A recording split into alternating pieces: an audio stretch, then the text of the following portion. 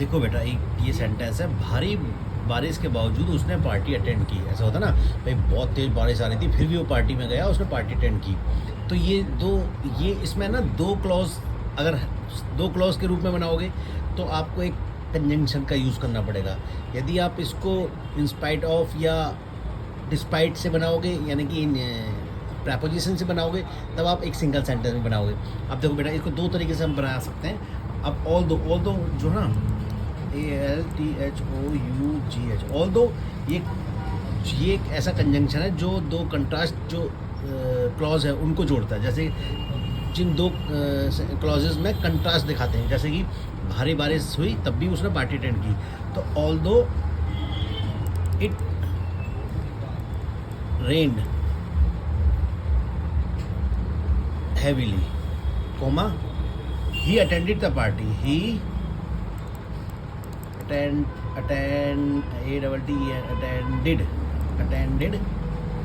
the party. ये है although it rained heavily, he attended the party. अब देखो, ये एक क्लॉज है, ही अटेंड, ये सब्जेक्ट ये वर्ब, मैंने बताया ना सब्जेक्ट और वर्ब का कॉम्बिनेशन होता है तो एक क्लॉज होता है। तो ही अटेंडेड द पार्टी, ये एक प्रिंसिपल क्लॉज है बेटा। प्रिंसिपल क्लॉज है यानी कि ये क्या, ये मेन क्लॉज कह सकते हैं इसे, प्रिंसिपल क्लॉज को मेन क्लॉज भी कहते हैं। लेकिन ये एक कंजंक्शन से जुड़ी हुई है, एक सबऑर्डिनेट कंजंक्शन से जुड़ी हुई है, तो ये एक डिपेंडेंट क्लॉज है ये। ऑल्दो इट रेन्ड हैवीली, यद्यपि तेज बारिश हुई, ठीक है। तो अब प्रिंसिपल क्लॉज और ये डिपेंडेंट क्लॉज, ये इंडिपेंडेंट क्लॉज। जो डिपेंडेंट क्लॉज होती है वो हमेशा इंडिपेंडेंट क्लॉज पर निर्भर होती है बेटा। जो इंडिपेंडेंट होता है वो तो निर्भर किस पे रहेगा नहीं, वो तो खुद ही आत्मनिर्भर है। लेकिन जो डिपेंडेंट है वो इस पर निर्भर है। जैसे अब मान लो केवल हम ये बोलते हैं कि ही अटेंडेड द पार्टी, ठीक है जी, उसने पार्टी अटेंड की, हमें पूरा मतलब समझ में आ गया। लेकिन अगर हम केवल इसी क्लॉज को बोल के यहाँ तक रह जाएँ, ऑल्दो इट रेन्ड हैवीली, यद्यपि तेज़ बारिश हुई, तो हम ये नहीं कहेंगे हाँ तो भाई क्या हुआ, तेज़ बारिश हुई तो बताओ ना, आगे तो बताओ क्या हुआ, तेज़ बारिश हुई तो। तब हम ये प्रिंसिपल क्लॉज का यूज़ करेंगे और फिर इसको पूरा सेंटेंस को यहाँ से लेके यहाँ तक एक सेंटेंस मानेंगे, ठीक है बेटा। तो ऐसे होता है, एक डिपेंडेंट क्लॉज है इसमें, एक इंडिपेंडेंट क्लॉज है, तो ये मिलकर एक कॉम्प्लेक्स सेंटेंस बना रहा है यहाँ से लेकर यहाँ तक, ठीक है बेटा। और अब मान लो इसको प्रेपोजिशन से बनाना हो, तो प्रेपोजिशन से बनाने के लिए इसको ऐसे कर सकते हैं, in spite of HEAV heavy rain,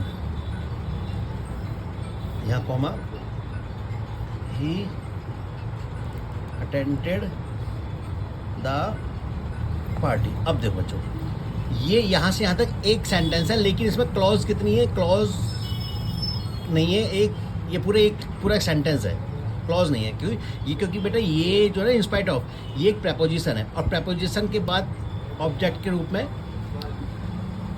object आता है। ऑब्जेक्ट क्या है, और ऑब्जेक्ट नाउन या प्रोनाउन होना चाहिए। तो हैवी रेन ये नाउन है, तो इंस्पाइट ऑफ हैवी रेन, ठीक है बेटा। तो भारी बारिश के बावजूद ही अटेंडेड द पार्टी, उसने पार्टी को अटेंड किया, ये ऐसे कर सकते हैं भाई। इंस्पाइट ऑफ ये एक प्रेपोजिशन है, इसके बाद, और अच्छा हाँ ये ध्यान रखना बेटा, प्रेपोजिशन के बाद हमेशा ऑब्जेक्ट आता है, और ऑब्जेक्ट या तो नाउन होगा या प्रोनाउन होगा। तो ये नाउन है हैवी रेन, ठीक है। तो हैवी रेन के बावजूद उसने पार्टी अटेंड की, तो ये एक सेंटेंस है पूरा, इसमें कोई क्लॉज नहीं है, मतलब पूरा एक सेंटेंस है। लेकिन ये जो मैंने ऊपर लिखा था इसमें दो क्लॉज थी, एक डिपेंडेंट क्लॉज, एक इंडिपेंडेंट क्लॉज, ये मिलकर एक कॉम्प्लेक्स सेंटेंस बना रहे थे, और ये केवल एक सेंटेंस है, ठीक है बेटा। इसको ध्यान रखना बेटा, जो कॉम्प्लेक्स सेंटेंस होता है जिसके अंदर एक इंडिपेंडेंट क्लॉज होती है, एक डिपेंडेंट क्लॉज होती है, और सिंपल सेंटेंस वो होता है जिसमें एक ही सेंटेंस होता है, उसमें कोई क्लॉज नहीं होती। यहाँ से आता है, ये पूरा एक समझ लो, एक पूरा सेंटेंस है, एक क्लॉज है।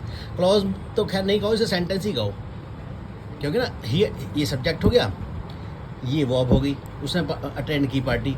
लेकिन ये क्या है, यहाँ से यहाँ तक, ये मैं ये भी बता रहा हूँ बेटा, ये क्या है, ये एक फ्रेज है, इंस्पाइट ऑफ हैवी रेन, ये फ्रेज है इंस्पाइट ऑफ हैवी रेन। क्या है, प्रेपोजिशनल फ्रेज कहते हैं, इसे प्रेपोजिशनल फ्रेज कहेंगे। ऐसे समझा करो बेटा चीज़ों को, ओके बच्चों।